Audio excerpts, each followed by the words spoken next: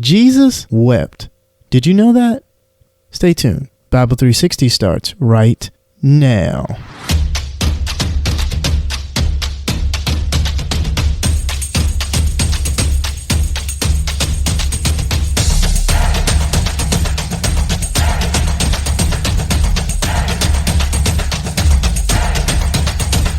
Welcome to the Bible 360 podcast. I'm your host, Keyston France, and John chapter 11, verse 35 is the shortest verse in the entire Bible. Only two small words, and yet there is a boatload of hope packed inside of them. The backstory of those two words is one of pain and tragedy. Jesus was dear friends with a family in Bethany consisting of two sisters and one brother, Mary, Martha, and Lazarus. When Lazarus became gravely ill, the sisters sent word to Jesus. Jesus, however, had a surprising reaction. In the book of John, it tells us that Jesus loved Martha, her sister, and Lazarus. So when he had heard that he was sick, he stayed 2 more days in the place where he was. By the time Jesus arrived in Bethany, Lazarus had already been dead for 4 days, a long enough time to remove any hope. Lazarus, this friend of Jesus, was gone, in the grave, but Jesus was undeterred. He was there to perform a miracle which would be in many ways the final nail in his own coffin as the plans for his death took on greater urgency afterward. Jesus raised the very dead Lazarus from the grave, but before he did, he cried.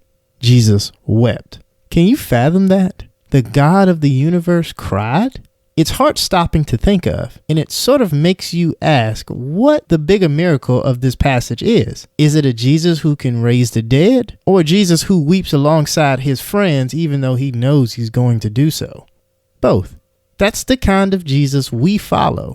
He is not one who simply barks orders onto the battlefield of life, telling us to go here or there, do this or that. We do not follow an ivory tower Jesus. The Christ we follow knows the full range of human experience. He is not an isolated God, but one intimately acquainted with the pain of the human condition. He is Emmanuel, God with us. We may rest assured that whatever situation we find ourselves in, God is emotionally involved there too. When we weep at the death of a loved one, our Jesus weeps as well. When we rejoice because all is well, his shouts of joy eclipse our own. And when we fall in the dirt before him, so sure of theological facts, yet emotionally destroyed by the circumstances of this sinful world, he falls down and weeps with us. This is our God. This is the God who knew the end before the beginning. He is the one who knew the resurrection before the crucifixion. He is the one who knew the glory before the pain. Now, because he knows those things, he can make grand promises about the eternal glory that awaits all those who are his. Yet his response to us in the pain of the human condition is not just believe it will be over soon. This is nothing compared to what awaits you. His response is to walk through the pain with us. His response is to offer his abiding presence in the form of the Holy Spirit until the day when God receives the glory he deserves.